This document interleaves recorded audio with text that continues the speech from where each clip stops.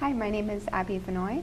I'm the Graduate Assistant for the Transnational NGO Initiative at the Moynihan Institute of Global Affairs, and today I'm joined by Gawain Kripke from Oxfam America. He serves as the Director of Policy and Research. Thank you so much for joining us today. Thanks for having me. So can you start off talking about your organization and the current position that you hold? Hi, yes, thanks for having me. I'm Gawain Kripke. I work at Oxfam America, which is a nonprofit based here in Boston, and I work in the Washington office. Okay. Oxfam's a nonprofit that works on poverty reduction in developing countries and provides humanitarian response when there's emergencies. Okay. So what initially motivated you to pursue a career in an NGO? Well, I'm really interested in politics. I always have been, and interested in social justice. I was a university activist on anti-apartheid movement, and so I was drawn to these kinds of issues personally, and only realized it could become a career at the end of university. So I went on to work for different nonprofits and developed a skill set around advocacy and lobbying and policy analysis. And so I came to Oxfam really for my skill set, not because I knew that much about international development or poverty reduction, but because I had some skills that Oxfam was interested in.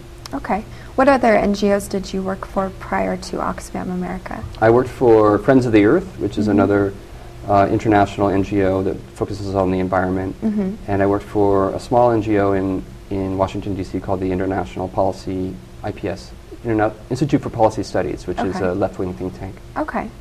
And what challenges did you see in starting your career in the NGO sector? Now, getting a job is a challenge, and unfortunately, you need experience usually to get a job, and so getting that experience can be, economists use the term a loss leader. You lose money in order to make money later, and a lot of Washington operates on free labor, interns, people coming in working very cheaply to get experience, and so that's the challenge, is affording that, finding time in your life and in your budget to get the experience needed to get the jobs that you eventually want. Okay. Hopefully the experience is fun and educational, but it can be quite tight on your budget. Yeah, that's true. And it's a challenge for our students here at Maxwell. Yeah.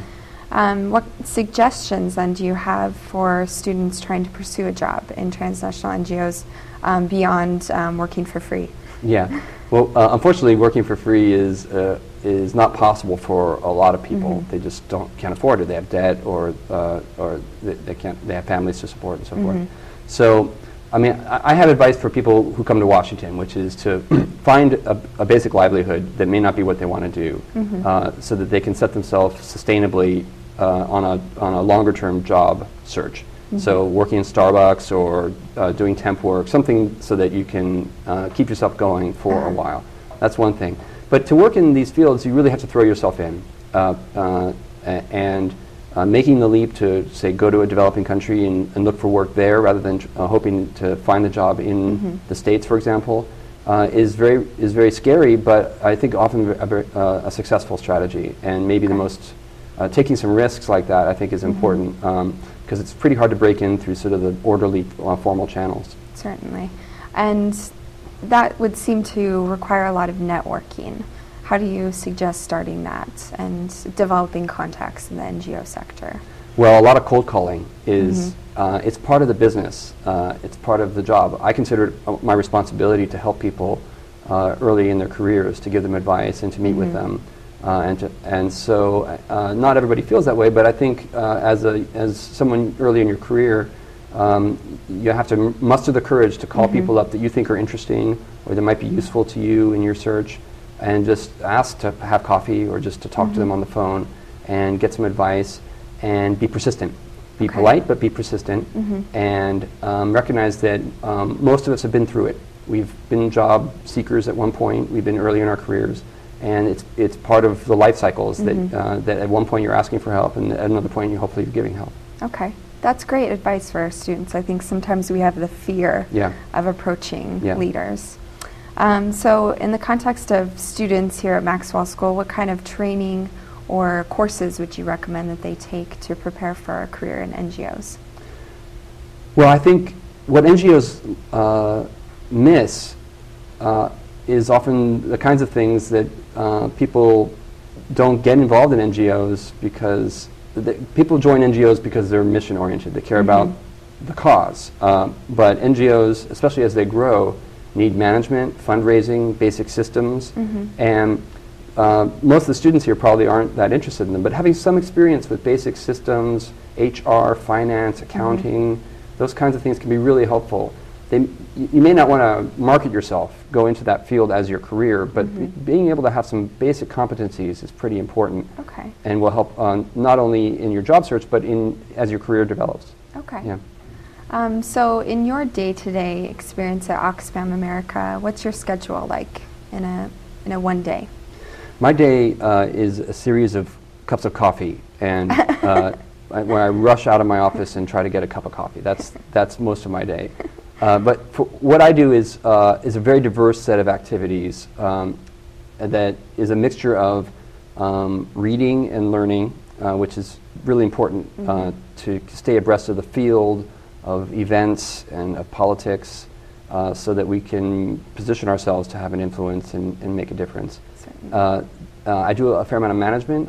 I have a pretty big staff, and so I have to dedicate probably a third to half of my time just meeting with staff, solving problems, dealing with HR and management issues. It's not particularly interesting, but it's necessary, and good management is very valuable to NGOs for their mission. And lastly, I do some representational work, like talking to the media, doing lobbying visits, going up to talk to members of Congress or people in the administration and so forth. Yeah. Okay. For our final question, if you could talk a little bit about the challenges facing the field of transnational NGOs and how students can anticipate those challenges or changes happening in the sector. Well, one of the big challenges we're all facing right now is the economic crisis, and it's had a big impact on NGOs in terms of their fundraising, from institutional supports, from individual donors. So it's fun to grow, it's painful to contract, and most of us have better skills in terms of growth than how to contract. But these are the cycles of life and cycles of the economy, and so we have to do them and do them responsibly and diligently. So dealing with a contracting economy and therefore contracting fundraising base, figuring out what your core purposes are and trying to be clear and disciplined about cutting things that aren't necessary or aren't core to your operation, I think is a big challenge that a lot of NGOs have faced. There's probably too many NGOs, and therefore too much competition for the same basic resource of fundraising, of donors and so forth. And so I think there's quite a significant consolidation in the NGO sector going on right now. Smaller, less well-funded NGOs are beginning to either go out of business or merge with other NGOs.